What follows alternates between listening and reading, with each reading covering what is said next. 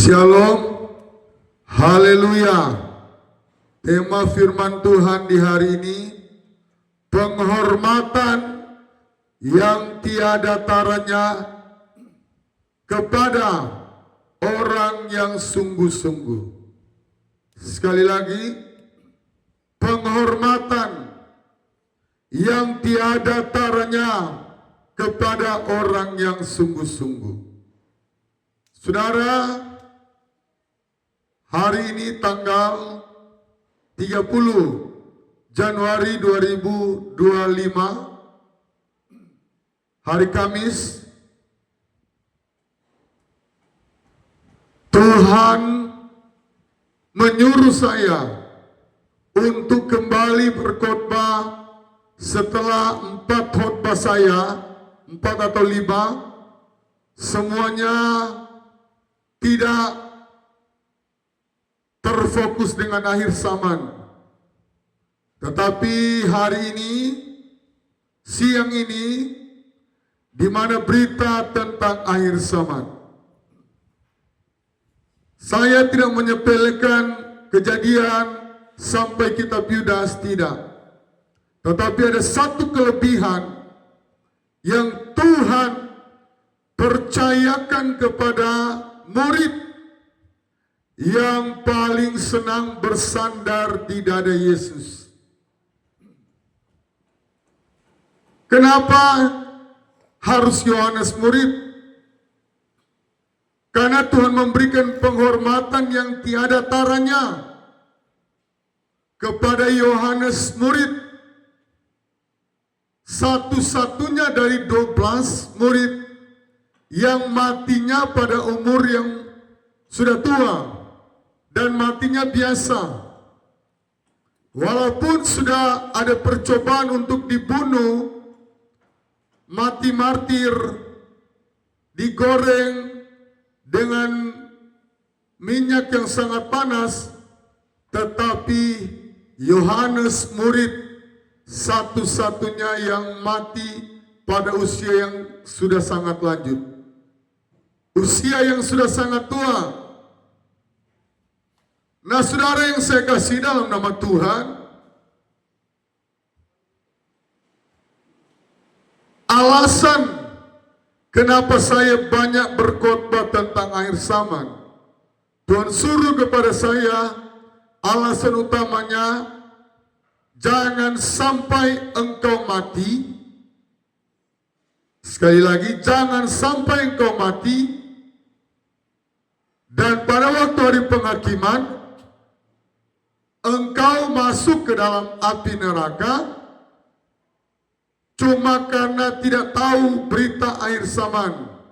Oh, seenaknya, oh saya mau dugem, saya mau judi online, enak, saya mau togel-togel, tanam 20.000 dapat berapa juta.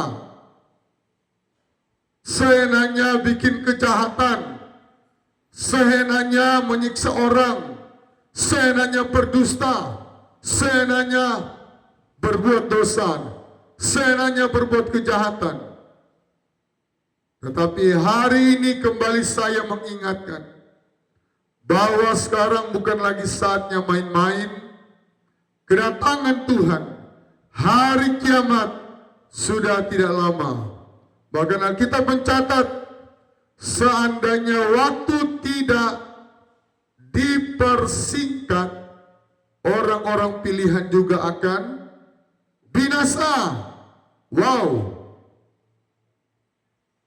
Ternyata Allah sangat sayang kepada manusia, sehingga yang tadinya mungkin 20 tahun lagi, Tuhan bilang, jangan. Ternyata manusia ini setelah diuji coba di zaman Nuh, di zaman Sodom dan Gomora, ternyata manusia jahat. Akibat dari Adam dan Hawa jatuh ke dalam dosa. Yang tadinya 20 tahun, jangan. Kasih 10 tahun saja. Kalau 20 tahun nanti Banyak orang-orang pilihan masuk api neraka, Tuhan sayang juga. Tetapi saya cuma kasih contoh, karena di media sosial ada timbul-timbul ilmuwan baru yang berkata hari kiamat tahun 2026. Alkitab dengan jelas berkata tidak ada satupun manusia yang tahu tentang kapan kedatangan Tuhan. Malaikat pun tidak tahu, anak pun tidak tahu. Artinya tidak ada satupun manusia di muka bumi ini yang tahu. Tahunnya saja nggak tahu, apatah lagi kalau bulan, tanggal. Sekali lagi, tahunnya saja tidak tahu, apatah lagi bulan April, tanggal 2, tidak. Jadi inilah banyak pengajar-pengajar sesat. Dan semakin banyak pengajar sesat, semakin cepat Tuhan mau datang. Semakin banyak kejahatan yang aneh-aneh, semakin cepat Tuhan mau datang. Semakin banyak terjadi musibah-musibah alam, kebakaran-kebakaran, gempa bumi, tsunami, peperangan, semakin cepat Tuhan datang. Mari kita melihat dalam Wahyu pasal yang ke-19. Lembaga Alkitab Indonesia memberikan tema binatang serta nabinya dikalahkan. Jadi iblis ini dikalahkan. Namun sampai hari ini iblis belum dikalahkan karena belum waktunya. Jadi banyak orang Kristen tapi kelakuannya iblis banyak karena iblis belum dikalahkan. Pakai dasi, pakai jas putih, tapi berselingkuh. Pakai dasi putih, jas putih, celana putih, tapi uang gereja dia pakai. Saudara, saya tidak memungkiri kalau ada pendeta yang banyak memakai uang gereja, tetapi itu bukan hak saya untuk menghakimi. Hak saya mendoakan. Tetapi saya tidak berkata, oh tidak. Saya mau berkata A di atas A.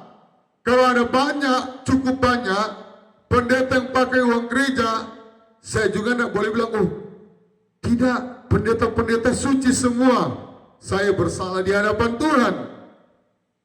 Tetapi yang namanya akhir zaman, baru-baru viral pendeta pukul istrinya, ya itulah akhir zaman. Ayat 17. Lalu aku melihat seorang malaikat berdiri dalam matahari, dan ia berseru dengan suara nyaring kepada semua burung yang terbang di tengah langit, katanya, marilah ke sini dan berkumpullah untuk turut dalam perjamuan Allah, perjamuan yang besar.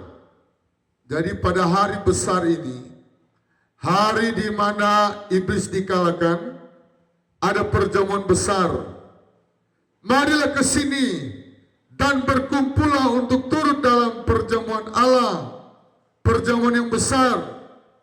Saya percaya cuma Alkitab yang bisa menulis kitab Wahyu, kitab kedatangan Tuhan dengan jelas, karena Tuhan pemilik sorga. Jadi kalau Tuhan pemilik sorga, saya mau katakan jangan ada lagi orang Kristen pergi kepada dukun-dukun, pergi kepada paranormal. Ingat, pencipta alam semesta, langit, bumi, emas di Freeport, batu bara di Kalimantan, nikel di Ternate, kekayaan alam yang ada di seluruh Indonesia, kekayaan alam di Brasil, minyak-minyak yang ada di Timur Tengah, yang menciptakan adalah Yesus Kristus. Sekali lagi, stop kalau kita mau pergi ke dukun. Stop mengandalkan kekuatan kita. Di akhir zaman saya selalu ulang sekali lagi. Berulang-ulang, kalau di akhir zaman manusia semakin terbatas. Lewat peristiwa alam akan menunjukkan manusia semakin terbatas. Semakin terbatas, semakin tidak berdaya.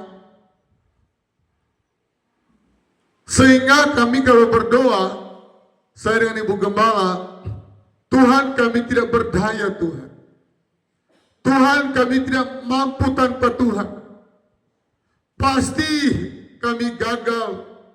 Di saat kami berdoa itu yang kami serukan. Kami tidak pernah berkata, oh, 19 tahun ini Tuhan so hebat. Tidak.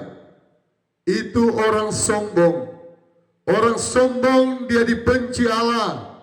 Dia menjadi seteru lawannya Allah. Tetapi orang yang rendah hati, dia dikasihani oleh Allah. Beda jauh. Saya ketika ditanya oleh dosen saya, ketika saya sekolah teologi di Jember, tahun 2003-2004, mereka tanya, Fani, apa motomu? Saya bilang yang pertama, mati adalah keuntungan, hidup adalah Kristus, mati adalah keuntungan. Maksudnya mati di dalam pelayanan, bukan mati karena mencuri atau membunuh. Oh, mereka catat. Dan saya bilang yang kedua, saya mau belajar seperti Yohanes Pembaptis. Walaupun dikatakan dia nabi yang sangat besar, dia lebih besar dari Nabi Elia. Karena Elia, oke, dia terangkat hidup-hidup. Tetapi Nabi Yohanes Pembaptis, dia yang jalan duluan, membuka jalan bagi Yesus Kristus dan membaptis Tuhan Yesus. Ini adalah kepercayaan yang terindah di muka bumi. Manusia mau jadi 20 miliar dengan sudah meninggal, 30 miliar dengan yang sudah meninggal. Tidak ada satupun manusia yang tangannya membaptis Yesus Kristus, membaptis juru selamat. Dan saya suka dengan perkataan dari Yohanes Pembaptis. Ketika Yesus datang di sungai Yordan dan mau dibaptis, masih jauh dia sudah berteriak, Yesus, membuka tali kasut pun aku tidak layak. Membuka tali sepatu pun dia tidak layak. Satu perkataan, sikap hati yang sangat rendah hati.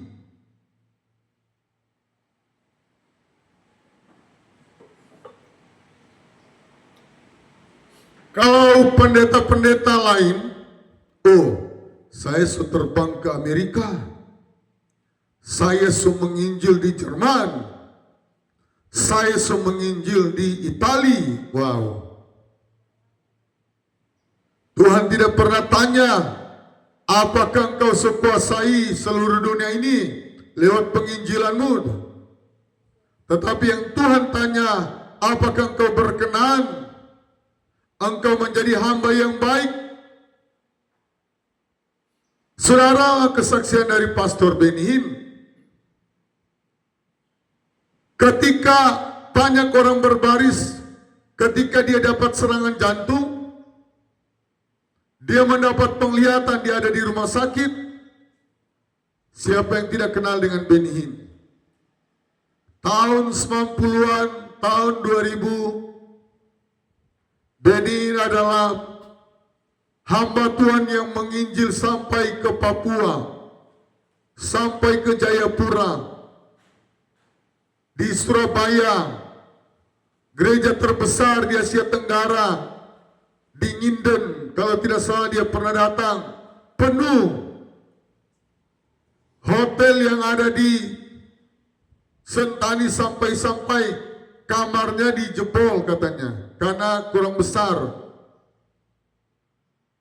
Karena betapa luar biasa ketika Allah memakai dia. Tetapi waktu pianis, singkat cerita dari kesaksian, tidak memainkan dengan baik, dan dia melihat Yesus tidak tersenyum. Bayangkan, Yesus tidak tersenyum ketika orang antri mau masuk ke surga atau masuk ke Firdaus.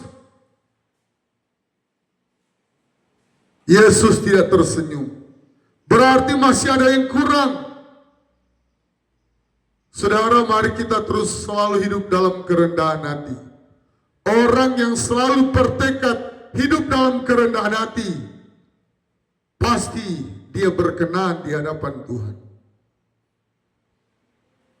Selama saya melayani 20 tahun saya jadi pendeta, saya tidak pernah berkata, oh karena saya hebat. Enggak. Tuhan saya yang hebat, Tuhan saya yang sempurna. Saya cuma hamba, budak, kesekaki, dolos. Bahasa aslinya, saya tidak berarti tanpa Tuhan. Saya tidak berharga tanpa Tuhan. Tetapi Tuhan yang mengangkat saya dari lumpur dosa. Tuhan yang mengangkat saya dari kejahatan saya di masa muda. Saya habis ibadah pergi ke diskotik. Habis itu berkelahi. Di sekolah saya berkelahi. Kalau saya tidak cepat-cepat ke Jawa, saya sudah masuk keluar penjara berulang-ulang. Tetapi saya sadari, saya harus keluar dari tempat yang saya namakan neraka. Teman-teman saya mengajak saya terus berkelahi, saya suka. Tetapi saya menyadari bahwa orang tua saya menderita kalau saya masuk penjara. Orang tua saya pasti sakit hati, pasti bersedih karena kelakuan saya mempermalukan orang tua. Disitulah saya sadar. Saya menangis, Tuhan, saya tidak mau mempermalukan orang tua. Dan di sini ayat firman Tuhan, ayat 18, supaya kamu makan daging semua raja dan daging semua panglima dan daging semua pahlawan, daging semua kuda, daging semua penunggangnya, dan daging semua orang, baik mereka maupun hamba, baik kecil maupun orang besar. Daging-daging dari pengikut-pengikut antikris akan dimakan oleh burung. Karena Alkitab yang mencatat dalam kitab Wahyu, pasal 9 adalah pasal-pasal yang terakhir. Jadi ibarat film episode-episode terakhir. Tinggal berapa episode? Cuma sampai di 22. Berarti 19, 20, 21. Tinggal 4 episode lagi. Karena kitab yang paling terakhir kitab Wahyu. Pasal yang paling terakhir dalam Alkitab Perjanjian Baru, pasal 22. Jadi burung-burung akan memakan orang-orang yang mengikut iblis. Burung-burung akan memakan, bahkan kuda yang dipakai mereka dimakan oleh burung. Ayat 19. Dan aku melihat binatang itu dan raja-raja di bumi serta tentara-tentara mereka telah berkumpul untuk melakukan peperangan melawan penunggang kuda itu dan tentaranya. Jadi tentara-tentara iblis dan tentara Allah, yaitu para malaikat, berperang. Ayat 20. Maka tertangkaplah binatang itu bersama dengan dia, nabi palsu yang telah mengadakan tanda-tanda di depan matanya, dan demikian ia menyesatkan mereka yang telah menerima tanda binatang itu dan yang telah menyembah patungnya. Keduanya dilemparkan hidup-hidup ke dalam lautan api yang menyala-nyala oleh belerang. Ditangkap hidup-hidup. Allah kita Allah yang dahsyat. Polisi kadang-kala kalau menangkap penjahat, mereka takut dia melawan, mereka tangkap dia sudah mati, sudah kena tembakan. Dor! Nah, karena kalau dia ditangkap hidup-hidup, bisa polisi yang mati. Ya.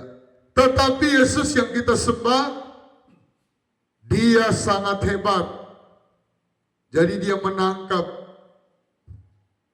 hidup-hidup, dilemparkan. Nah inilah, dilemparkan hidup-hidup ke dalam lautan api yang menyala-nyala oleh belerang. Lautan api yang menyala-nyala.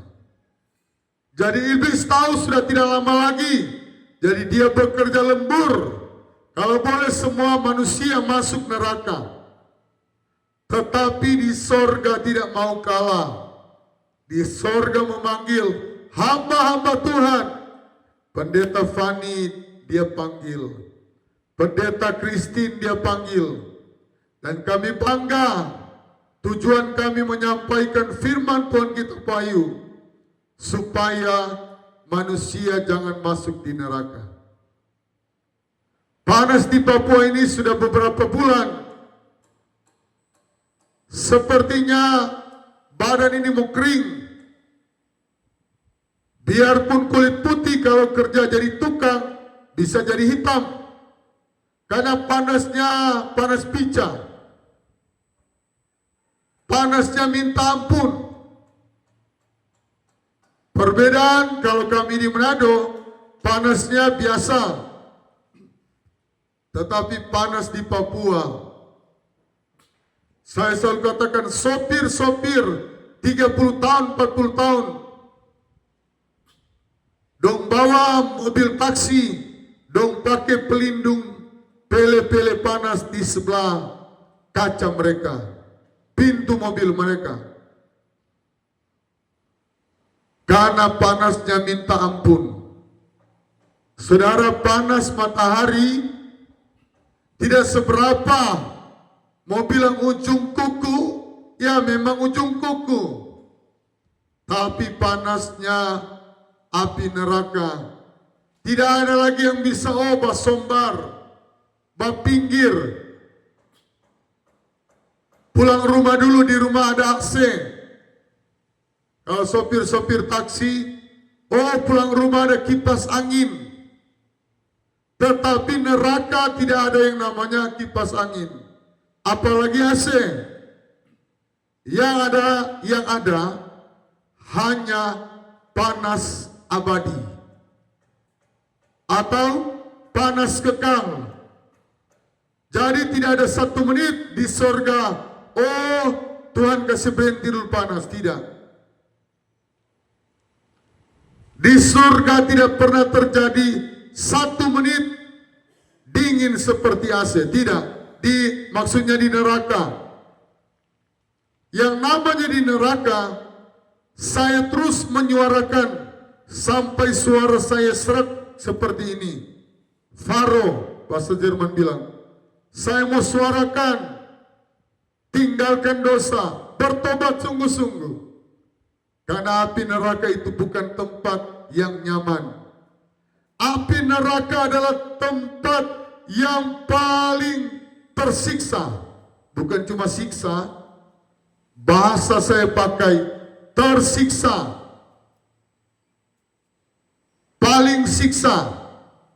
Tidak ada tempat di dunia ini yang sesiksa api neraka.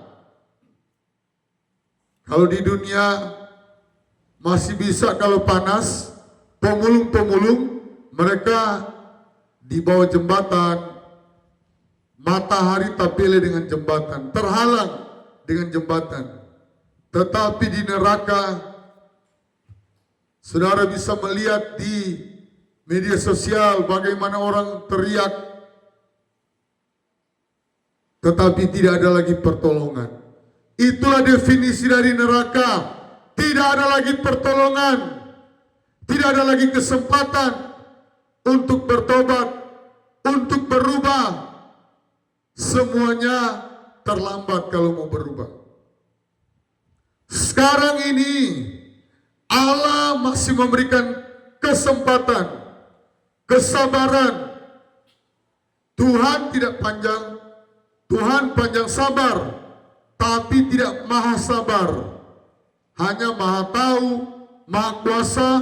Karena kalau Tuhan maha sabar, berarti tidak ada neraka, tidak ada penghakiman. Jadi cuma panjang sabar. Nah saudara yang saya kasihi, ayat yang selanjutnya, mereka semua dibawa ke dalam lautan api, menyala-nyala. Ayat 21. Dan semua orang lain dibunuh dengan pedang yang keluar dari mulut penunggang kuda itu, dan semua burung kenyang oleh daging mereka. Saudara, inilah iblis dikalahkan. Pasal 20, kerajaan 1000 tahun. Lain memberikan perikop kerajaan 1000 tahun. Ayat yang pertama,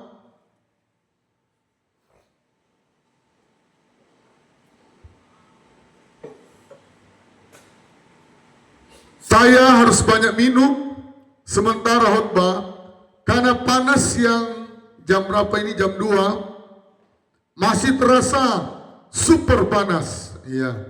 Inilah gambaran kecil, ini gambaran kecil dari neraka, ini super kecilnya. Saudara bisa bayangkan, ini super kecil, bukan cuma kecil, tapi panasnya api neraka. Saudara mau berteriak sekeras-kerasnya, tetap panasnya tidak. Tuhan, oh saya kasih kurangi berapa volume ya, enggak. Tidak ada kesempatan untuk bertobat.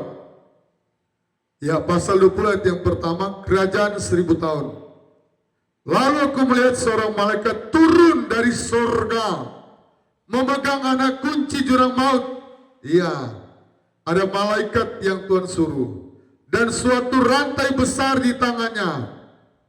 Ia menangkap naga, si ular tua itu, atau Lucifer. Saudara, lambang-lambang naga adalah lambang dari Lucifer dan si ular tua. Jadi kalau boleh orang Kristen yang senang dengan naga, tinggalkan. Sekali lagi, orang Kristen yang senang dengan naga, tinggalkan. Lambang-lambang naga, alangkah baiknya tinggalkan. Yaitu iblis, Satan, dan ia mengikatnya 1000 tahun lamanya. Tuhan itu dia maha kuasa. Tuhan itu dia tahu bahwa kita mau memerintah bersama dengan dia. Inilah kerinduan saya terbesar, memerintah 1000 tahun bersama dengan Tuhan. Ketika iblis dimasukkan di dalam lautan api yang menyala-nyala, diikat sementara selama 1000 tahun, Alkitab mencatat, dia akan keluar lagi dan untuk sementara waktu saja. Karena 1000 tahun ini adalah masa-masa Tuhan mau bermesraan dengan orang-orang yang sungguh-sungguh. Seperti ada lagu kemesraan ini. Jadi itulah Tuhan Yesus tahu bahwa manusia yang sudah siksa di dunia, pendeta-pendeta yang pernah dibunuh di Jawa, dibunuh di Poso, mereka akan mengalami yang namanya senang 1000 tahun bersama dengan Tuhan. Ayat 3, lalu melemparkannya ke dalam jurang maut dan menutup jurang maut itu dan memetaikannya di atasnya, supaya jangan lagi menyesatkan bangsa-bangsa sebelum berakhir masa 1000 tahun itu. Kemudian daripada itu akan dilepas untuk sedikit waktu lamanya. Jadi akan dilepas sedikit waktu lamanya. Lalu aku melihat tata-tata orang-orang yang duduk di atasnya, kepada mereka diserahkan kuasa untuk menghakimi. Aku juga melihat jiwa-jiwa mereka yang telah dipenggal kepalanya karena kesaksian tentang Yesus, karena firman Allah, yang tidak menyembah binatang itu dan patungnya, yang tidak juga menerima tandanya pada dahinya pada tangan mereka. Dan mereka hidup kembali memerintah sebagai raja bersama dengan Kristus untuk masa 1000 tahun. Yesus, dia mau bersama-sama dengan kita 1000 tahun damai baru masuk ke surga. Saya pikir-pikir kenapa? Karena itulah Yesus, dia memberikan penghormatan waktu masih di dunia. Yesus berulang-ulang memberikan penghormatan. Nanti di sorga baru dipakaikan mahkota-mahkota. Jadi ini namanya berkat double. Di Firdaus Allah sudah memberikan penghormatan. Ayatnya di mana Pak Pendeta? Saudara ingat orang kaya dan Lazarus. Orang kaya waktu mati disiksa di Hades. Lazarus ketika mati duduk di mana? Pangkuan Bapak Abraham. Wow. Sangat diberikan penghormatan oleh Tuhan. Sehingga tema firman Tuhan, penghormatan tiada taranya. Penghormatan tiada taranya kepada yang sungguh-sungguh. Yang suam-suam kuku jangan berharap ya. Yang hari ini panas beribadah, minggu depan dingin. Minggu depannya panas, minggu depan dingin. Terang abu-abu. Yang sungguh-sungguh, pengertian yang sungguh-sungguh dari tema saya, yang konsisten, yang bertekun. Jangan orang Kristen kapal selam, hari ini dia timbul beribadah, minggu depan dia tenggelam, tidak tahu kemana. Tidak ada pamit-pamitan. Tetapi orang Kristen yang setia, setia beribadah, setia berdoa, setia menyanyi, setia berbuat baik, setia berkorban, setia melayani. Dia tidak pandang, oh itu cuma pastor, oh itu cuma singers, oh itu cuma ibadah komsel. Tetapi orang yang setia, walaupun ibadahnya kecil. Saudara, kenapa Tuhan sangat senang dengan pendoa syafaat? Pendoa syafaat tidak tampil di umum. Pendoa syafaat tidak dilihat oleh banyak orang. Saya dalam khotbah saya bersedih. Iblis menyerang para pendoa syafaat kami. Pendoa syafaat Getsemani Pono Daud. So mulai menurun jauh. Hampir-hampir saya mau tulis RIP pendoa syafaat. Karena saya lihat di grup, aduh, sayang 1000 sayang. Ya Tuhan, tolong pendoa syafaat Pondok Daud. Tuhan mencari pendoa syafaat yang bisa menyelamatkan bangsa Israel adalah pendoa syafaat. Orang Kristen yang rajin beribadah tidak mampu menyelamatkan. Karena pendoa syafaat itu ibarat kalau tentara itu Kopassus. Pendoa syafaat itu kalau dalam tentara barisan paling elit Kopassus.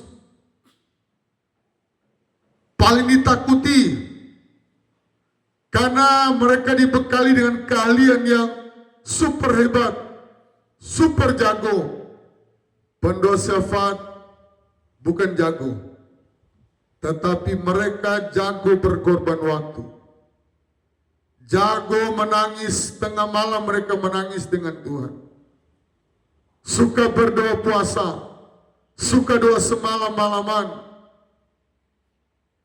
Memang pendoa syafaat sukarela, saya tidak bisa paksa. Tapi saya dan Ibu Gembala berseru kepada anak-anak kami. Ayo, jemaat sudah mulai loyo beribadah, berdoa syafaat. Kita di pastori tidak boleh kalah. Kita tidak di pastori harus bangkit doa kita. Dan saudara yang saya kasih dalam nama Tuhan, kita akan memerintah 1000 tahun damai. Saudara luar biasa. Masuk dalam pemerintahan Prabowo Gibran, entah itu menteri, wow, siapa yang tidak senang. Entah itu ada staf khusus, ada staf ahli, ada kepercayaan presiden. Oh, siapa yang tidak bangga pas pampresnya presiden? Wah, pas pampres kalau berjalan tidak ada bungkuk-bungkuk, semuanya dada di depan. Di samping memang badannya tegap, berotot, punya skill. Mereka bangga jadi pasukan khususnya presiden. Kapolda pun kalau mereka di jalan, Kapolda bisa berpinggir kalau mereka mau lewat. Karena mereka tertinggi dalam pengawalan seorang kepala negara. Tetapi jauh lebih bangga, itu bagus. Itu nggak salah jadi pampres, nggak salah. Itu orang-orang terpilih. Tetapi jauh dari kata terpilih, yaitu kita memerintah 1000 tahun damai. Mari pemirsa, kita mau angkat tangan. Kita mau merindukan memerintah 1000 tahun damai bersama dengan Tuhan. Ini adalah bonus yang kedua. Bonus yang pertama di Firdaus, penghormatan yang tertinggi. Saya bangga kalau ada banyak manusia yang tidak menghormati saya. Nggak peduli. Saya dipanggil bukan menyenangkan elu, bukan menyenangkan engkau yang anti dengan saya. Saya dipilih oleh Tuhan untuk menyenangkan Tuhan. Saya dipilih oleh Raja di atas segala raja untuk menyenangkan Yesus Kristus. Tuhan, ku mau menyenangkan-Mu. Itulah. Kami hanya dipilih menyenangkan Tuhan, bukan menyenangkan manusia. Ada banyak khotbah saya yang keras. Saya nggak peduli. Kalau saudara tidak mau like, nggak ngaruh lagi. Emangnya gue pikirin. Tetapi firman Tuhan yang murni. Saya tidak mau khotbah kasih yang manis-manis, kasih khotbah berkat-berkat supaya saudara memberikan saya uang. Saya jahat di mata Tuhan. Kalau khotbah saya menyenangkan manusia, khotbah saya mencari uang, Saya bukan masuk surga. Saya bisa pastikan saya api neraka. Kalau khotbah saya cari uang, saya cari duit. Tetapi saya berkhotbah, saya mau mencari banyak orang diselamatkan. Saya menjadi pendeta, tidak ada pikiran duit di pikiran saya. Saya buktikan ada 7 gereja yang kami layani. Dengan uang kami pribadi kami persembahkan. Tidak ada 1 sen saya kumpul di bank untuk keperluan saya. Tidak ada. Saya tidak tahu nomor PIN. Istri saya yang tahu. Yang saya mau urus, saya mempersiapkan firman Tuhan yang murni. Karena itulah yang Tuhan percayakan kepada saya. Saya tidak mau menjadi pendeta mata duitan, kejar persepuluhan, tidak. 7 pelayanan kami bangun dengan minus. 7 gereja, kalau kami mau senang-senang, cukup 1 gereja. Banyak kok pendeta-pendeta melayani di 1 gereja. Apalagi kalau aliran GKI memang hanya 1 gereja, aliran Katolik hanya 1 gereja. Tetapi bersyukur kami ada di aliran Gereja Bethel Indonesia. Kita melayani sesuai dengan kemampuan. Kita diberikan kelonggaran sesuai dengan potensi yang Tuhan berikan bagi kita. Nah saya masih umur 44, saya harus memaksimalkan tenaga saya. Kalau saya seumur 80 tahun, tidak mungkin saya mau tambah gereja. Seandainya Tuhan percayakan saya 80 tahun. Nah saudara yang saya kasih dalam nama Tuhan, bangga sekali saya menyampaikan kitab Wahyu. Di media sosial, di reel, di YouTube, kurang sekali pendeta. Paling banyak berkat, paling banyak masalah. Kalau tidak berkat, masalah. Itu bukan salah, tidak. Khotbah berkat tidak salah. Khotbah masalah itu benar. Tapi adalah satu anugerah yang khusus ketika saya disuruh untuk khotbah banyak tentang akhir zaman. Dan kitab Wahyu adalah kitab yang terbanyak dan yang paling terakhir mencatat berita yang akan terjadi di hari kiamat ini. Kitab-kitab Yosua ditulis pada waktu kejadian itu. Maliaki pada waktu kejadian itu. 99% atas 95% menulis kitab Wahyu. Kitab kedatangan Tuhan.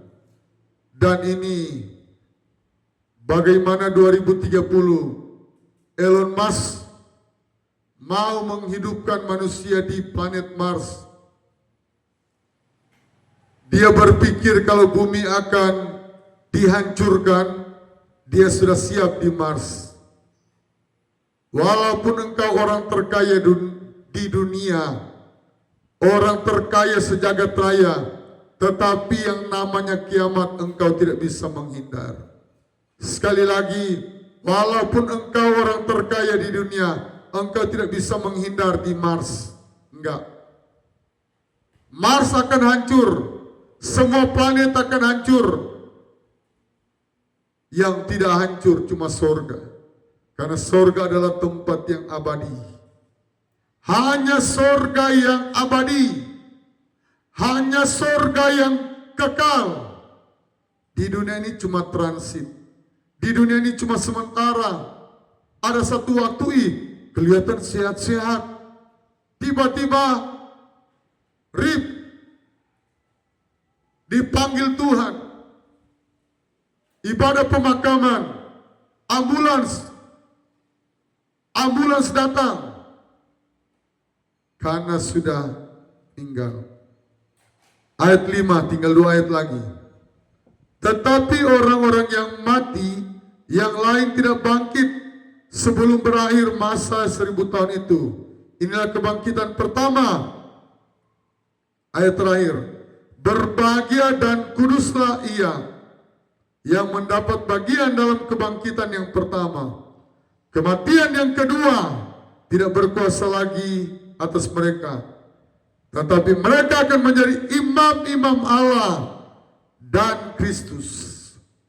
Imam-imam Allah dan Kristus. Jadi menjadi imam-imam Allah. Penghormatan yang tiada taranya. Di dunia saja Allah memberikan penghormatan. Salah satu penghormatan yang saya terima apa? Selama 19 tahun, itu sudah berapa tahun lalu ya? 15 tahun yang lalu. 16 tahun lalu saya nginap di rumah sakit Dok 2. Itu pun cuma berapa hari.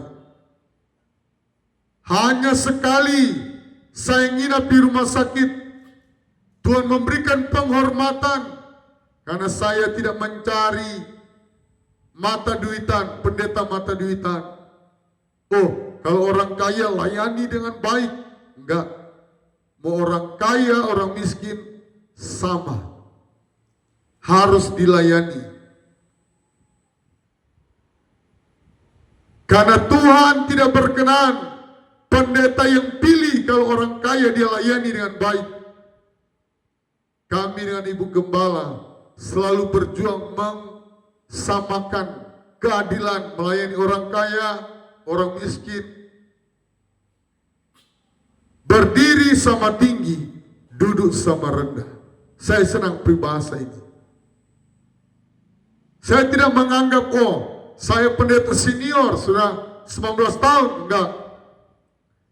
Dan ayat selanjutnya,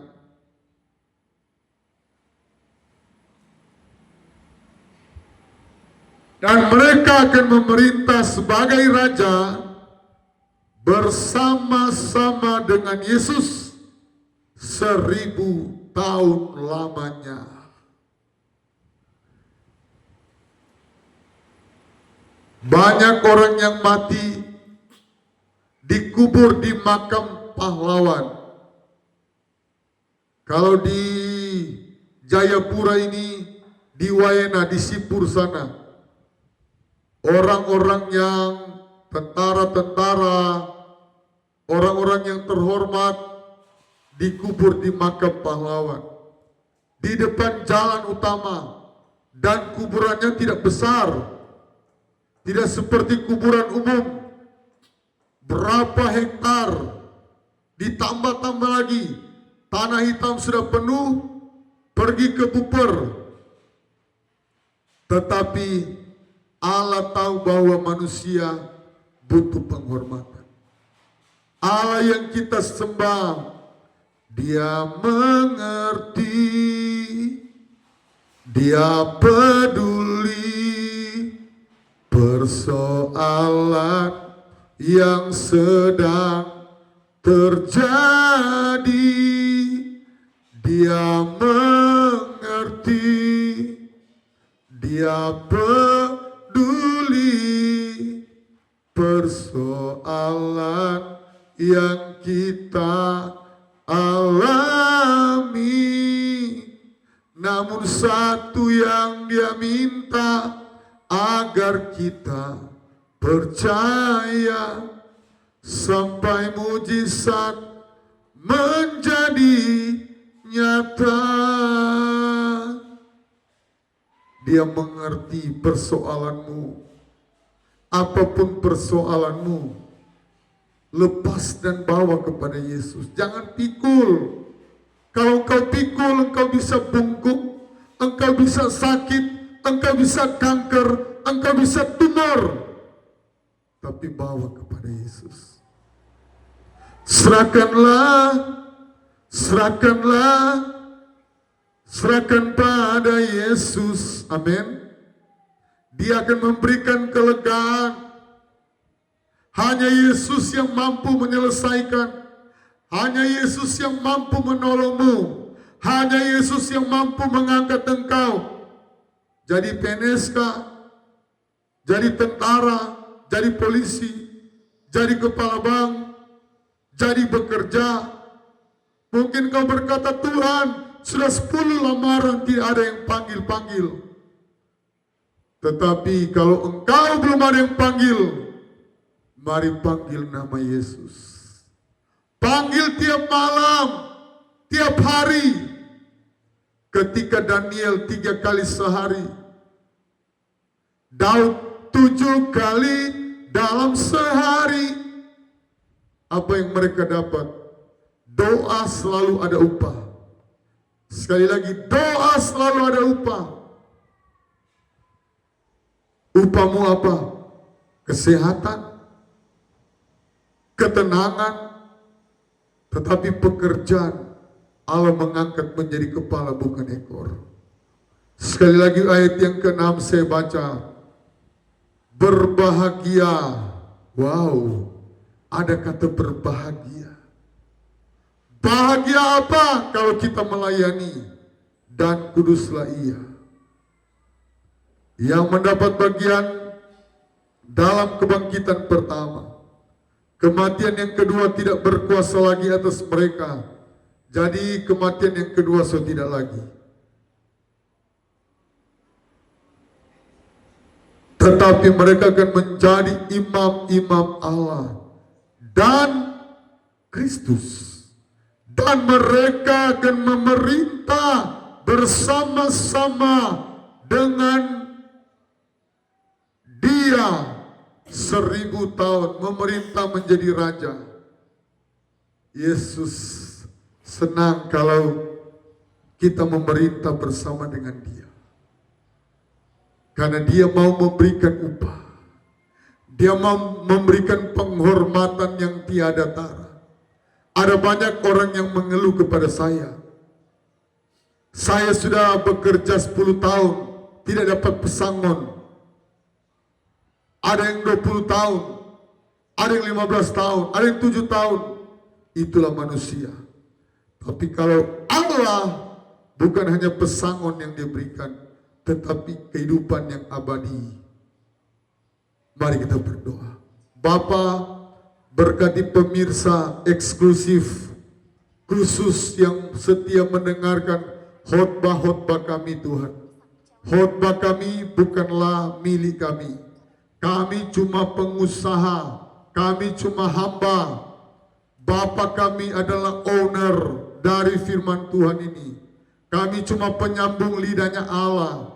Kami bukan siapa-siapa, tetapi berita ini adalah berita yang luar biasa. Karena milik dari berita ini adalah Yesus Kristus, Raja di atas segala raja. Yang sudah like, komen, membagikan, kami memberikan nilai 7. Tetapi yang sudah like, komen, membagikan, menonton sampai habis,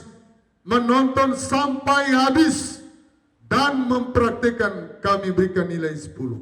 Apa saja yang kami kerjakan Tuhan buat berhasil. Jauhkan dari binatang pelahap, jauhkan dari kerugian, jauhkan dari mara bahaya.